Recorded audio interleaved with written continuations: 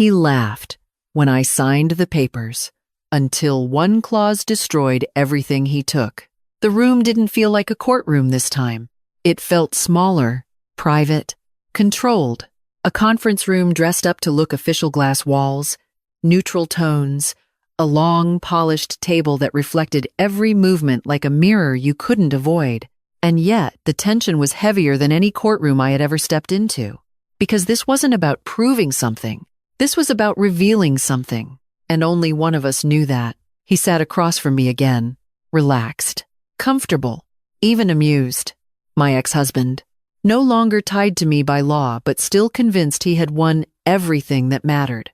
His fingers tapped lightly against the table, a rhythm that wasn't nervous, just impatient, waiting. Because in his mind, this meeting was just a formality, one final signature, one final confirmation that everything we once shared now belonged to him. "You didn't have to drag this out," he said casually, glancing at the folder in front of me. His voice carried that same quiet arrogance, the kind that comes from never being challenged. "We already agreed on everything." I didn't respond immediately, just looked at him, studied him, because sometimes the most revealing thing about a person is what they say when they believe the outcome is guaranteed. "You got the house," he continued, "the accounts, the vehicles, even the business shares I didn't have to give you." A small smile, as if generosity was something he had chosen, as if control was still his to offer. And now he leaned back slightly. "We just finalize it." My lawyer sat beside me, silent, observing, waiting, just like me. Because again, this wasn't the moment to interrupt. "Go ahead," he said, gesturing toward the documents. "Let's finish this." I opened the folder slowly, carefully, not because I needed time, but because he didn't realize what was inside. The papers slid onto the table between us, clean, organized, unassuming, just like before. But this time, the story was different. "You should read page 7, I said calmly. He smirked, didn't even look down. "I already know what it says." "No," I replied softly. "You don't." That was the first moment he paused, not because of the words, but because of the tone. He reached forward, pulled the document closer, flipped through casually at first, then slower, then stopped. "What is this?" he asked, not angry. "Not yet, just confused." My lawyer leaned forward slightly. "That," she said, "is an addendum to the agreement you signed 3 years ago." He frowned. "I didn't sign any addendum." "You did," she replied, "and it was notarized." He flipped the page again, eyes scanning faster now, searching, trying to catch up to something he didn't expect to find. "This doesn't make sense," he muttered. But it did, perfectly. 3 years ago, there had been another meeting, another table, another moment where he believed he was in control. He had insisted on restructuring certain assets, claimed it was for efficiency, for tax optimization, for protection.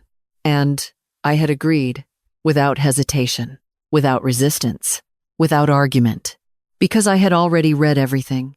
And buried inside that restructuring, hidden in language he didn't bother to fully understand, was a clause, a simple one, small, easy to overlook, but powerful.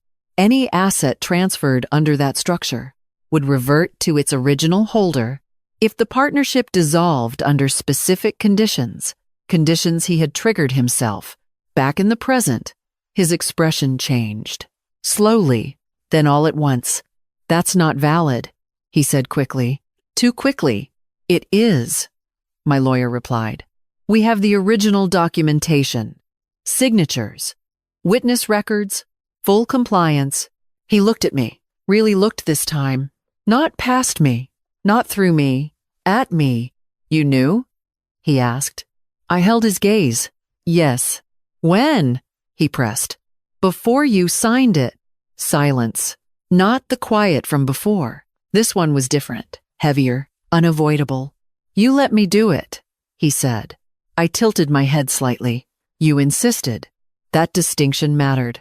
Because control, when misunderstood, becomes vulnerability. He stood up suddenly, pacing. Once, twice, trying to process, trying to rebuild a version of reality that still worked in his favor. This changes everything, he said. Yes, I replied. It does. The room felt smaller now, like the walls had moved closer, because the power dynamic had shifted. Completely. All of this, he gestured toward the documents, toward the assets he thought were secure. Comes back to you? My lawyer answered. Legally, yes.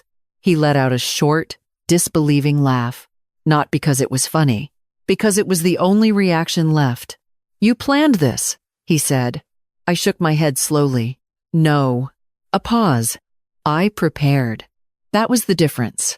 Planning is about control over others. Preparation is about control over yourself. He stopped pacing, looked at the table, at the documents, at the truth laid out in front of him. You never said anything, he murmured. I nodded. That was your assumption, and assumptions had always been his weakness. You could have told me, he added. I considered that. Briefly. You wouldn't have listened. Another silence. Because deep down, he knew that was true. He sat back down slowly, different now, not relaxed, not confident, just aware. The meeting didn't last much longer after that, because there was nothing left to negotiate. What he believed was final, was only temporary. What he believed he controlled was never his. And what he overlooked was the one thing that mattered most. Attention. Because the truth is, people don't lose power in dramatic moments. They lose it slowly, quietly, in the details they ignore, in the documents they don't read, in the people they underestimate. When everything was done, he looked at me one last time. I don't understand you, he said. I stood, collected my things. You never tried to, I replied. And that was the real ending, not the loss of assets, not the legal reversal, but the realization that everything he thought he knew was incomplete. Because the most dangerous mistake you can make is believing someone is simple just because they are quiet. Sometimes they are not silent because they have nothing. They are silent because they are watching, learning, waiting. And when the moment comes, they don't need to argue. They don't need to explain. They simply reveal the truth. And when that happens, there is nothing left to take back, only something left to understand. Too late.